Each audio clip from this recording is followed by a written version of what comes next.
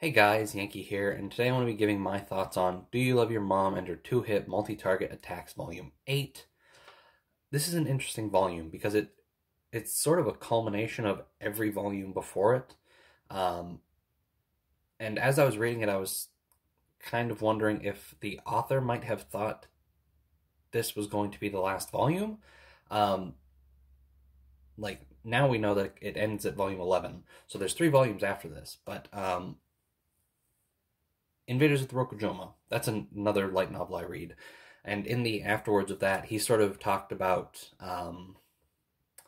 how he didn't know exactly how long he would get the series to be. If it was going to be 1 volume, he sort of ended volume 1 in a certain way.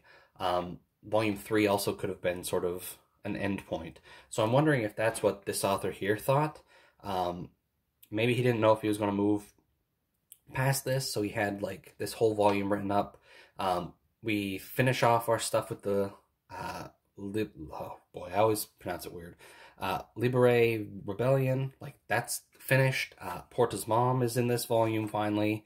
And again, we get sort of like characters and things from all the previous volumes show up here. So this feels like it could have been a finale, and I'm wondering how well volumes after this are going to... Well, one, the Libre Rebellion, it's done. We finished that in this volume. Porta's mom was the mastermind. My prediction from last volume that she had wanted Porta to be the 4th member was kind of right, though I don't really understand why. So the Libre Rebellion is basically finished, except for the cliffhanger we get at the end of this with Amante, Sorella, and Fratello sort of challenging Masato. Excuse me. But yeah, like that's finished. We get the return of Wise's mom and Medi's mom. They're both in this, and they play a pretty important part. But yeah, I don't know. This feels like it could have been a finale. You would have to change a little bit at the end, but this could have been the end of the series, and it would have been a pretty good ending. I think this volume is really good. Not as good as Volume 7, but still pretty good. So I'm going to try and go through my notes here quick, because I have a lot of notes. First note, this cover, Momoko in her little idol outfit. It's good, except for the, what is that? That's the right leg. It looks really weird in this. It looks like a horse leg. Not a big deal. It just looks weird, and I wanted to point it out. So this volume opens with Shirase in the real world and like a bunch of people from the Japanese government who are involved with the game basically storming Porta's mom's office, because Porta's mom works on the game. And once we get there, she escapes into the game. And I don't know if this was made clear before, but apparently this kind of MMO is one you get completely sucked into. I don't know if that was ever brought up. I should have assumed that was the case, but I didn't know. So when you go into this game, you just get sucked in. So after that, they basically have wanted posters for Porta's mom in the game, and Porta sees that, runs off to somewhere and basically calls for her, and then Porta defects. Porta becomes a bad guy, and this is done. It was done well, right? Like this is something that happens a lot. Character becomes a bad guy, but it wasn't it wasn't dragged out. It was like by the halfway point, Porta's back, and we're going to deal with her mom. So it was just like a quick little thing, and her as a villain was pretty cute, because the Libre Rebellion has like a new base, because the last one was sunk in the previous volume, and it's like a big castle. And so Porta, in an attempt to basically make her mom happy, goes and sets a bunch of traps for Masato and everyone. Um, but she leaves a bunch of notes. Like the first trap was a chest that Masato found, and there was a note on it that said "Don't open it" or something like that. And of course, he opened it, but it was cute. Porta's cute. After watching the anime and sort of getting a voice for her, um, I kind of buy how everyone thinks Porta is just adorable because she was in the show. Um, okay, Porta's mom's name, Sayori Hota, is her real name. And then when they ask for her name in the game, she just sort of makes something up. She is Dark Mom Death Mother. Okay. And we also learned that Porta's name is, I think, Moko. I didn't write it down. I should have. But her name is Moko. It's a cute name. And once Porta joins the Four Heavenly Kings, like immediately, Sorella, Amante, and Fratello are like her friends, and they're just like patting her on the back. And they're also very upset once they realize that Porta's mom is the one in charge. Because the entire thing with the Four Heavenly Kings is that, or the Libre Rebellion, they're trying to sort of like destroy mothers. And learning that their boss was a mother this whole time didn't sit well with them, and they like immediately begin to betray her. And she's also very cold to Porta, and we sort of get why at the end, but she won't even look Porta in the face. And like when that's happening, basically Amante, Sorella, and Fratello basically just like side with her immediately, and I like that a lot. So Porta's mom's whole like story, which is a little messy here and there. She works a lot, can't take care of Porta, so she thinks Porta hates her. And so she sort of like can't look at her. And then Porta thinks her mom hates her because she won't look at her and stuff like that. And so basically her plan is, or her like child raising strategy thing, is basically like, kids don't need moms, they grow up regardless. Like I wasn't there to sort of watch her, take care of her, I was busy with work, she's growing up fine. And sort of like every time a new mom is introduced in this, they always have like a different way of raising their kids. Like Wise's mom was sort of like just sort of let her do whatever she wants. Meddy's mom was really strict with education and stuff, and that's sort of brought up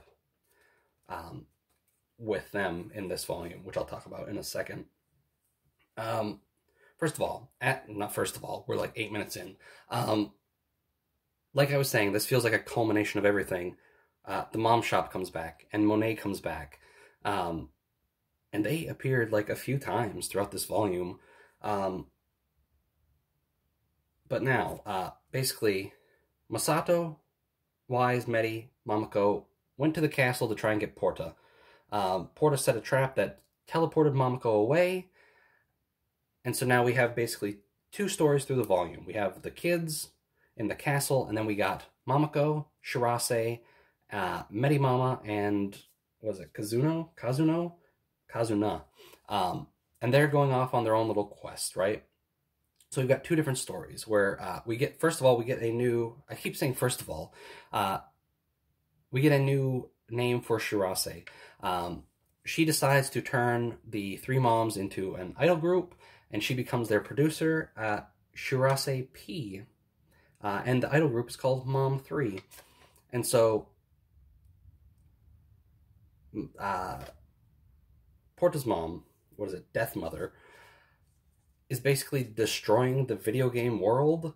And so the three moms go to fix it.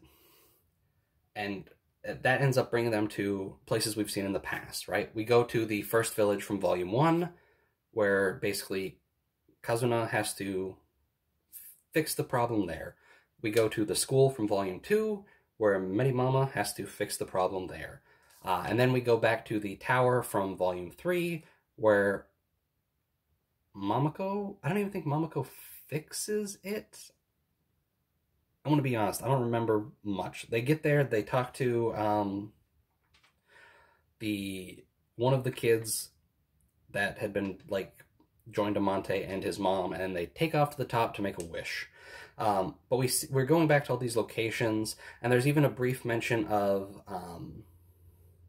the elf mom from the volume 4 from the, what is it, the matriarchal arts tournament. And we also get a mention of her like reuniting with her daughter, who was one of the potential companions from volume 1.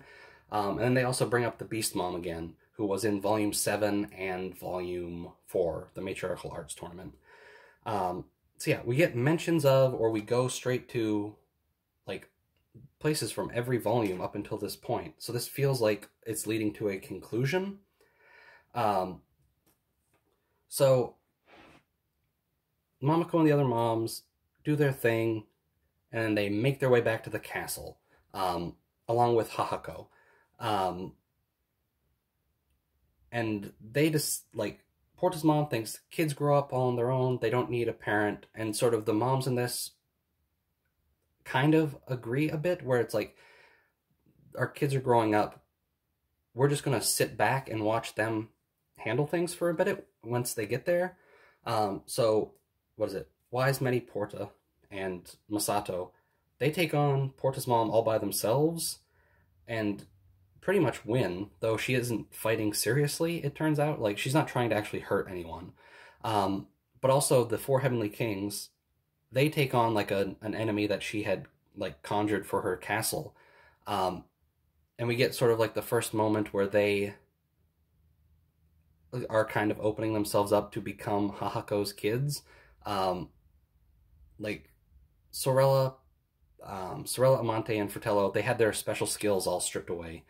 And so they're fighting this enemy, and they're getting beaten pretty badly. And then Amante, who is the only one conscious, basically calls out for Hahako, says, like, hey, if you're going to just butt in, now would be a good time.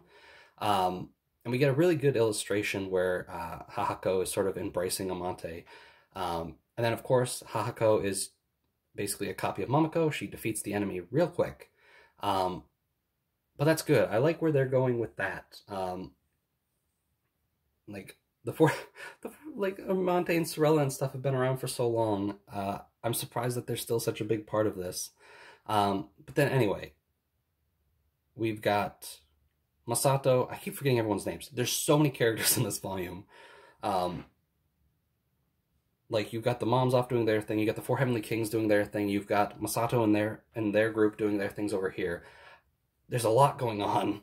So Masato and them fight Porta's mom. They win. And then this is the worst part of the volume, because it's just stupid. Porta's mom drinks poison. And I don't know if I was supposed to think she was seriously killing herself and going to die, because this is a game, and we see characters die all the time. Masato was killed for laughs in Volume 1 and things like that. Shirase is killed every volume, so I don't know. I couldn't take that part seriously. It was silly, and whatever. And basically, so Death Mother drinks the poison, she's dying, the kids can't get to her because she's got like a bunch of weapons. They're automatically attacking anyone that gets close. And we get like a nice little a parallel almost between Amante and Masato, where Amante asks for Hahako to come help, and then Masato does something similar. Like, I forget exactly what he said, but he's basically like, if only my mom was here, we would be able to win. And then she was there. She showed up. They won. They save Porta's mom. They make up. They learn that they don't hate each other. They actually love each other. And that's that. That's the volume. It ends with the Libre Rebellion challenging Masato, which is what next volume is going to be about. This was a good volume. It wasn't as good as Volume 7. I'll say that again. Volume 7 was a great volume. This one was pretty good. I don't know where you go from here, though. Like, Volume 9, I get, we're going to wrap up, like, Amante, Sorella, and Fratello's story, right? But then I don't know where we go after that. I guess we still have to, like, I guess the whole point of this entire book is that the MMO that they're in is made to bring mothers and their children closer together. And through the volume we've seen, or through the series, we've seen Mamako and Masato sort of get closer. Masato doesn't snap at her as much. He basically wanted her help in this volume. Last volume, he got a big power-up because he wanted to protect her. So I guess we just got to finish that off. But I don't know. This was a good volume. I'm excited for volume 8, or volume 9, I mean. This is volume 8. Because Amante, Sorella, and them, they're silly, but I've grown attached to them. Like, they're fun characters, and I want to see, like, I'm hoping that, no, I'm not hoping, I'm pretty sure that by the end of next volume, they'll have accepted Hahako as their mother, and all will be well. So I'm looking forward to that. Anyway, that's going to do it for this video. Gosh, these videos have gone on so long lately. I gotta trim these. I gotta start making these shorter. But anyway, thanks for watching. I'll see you guys next time.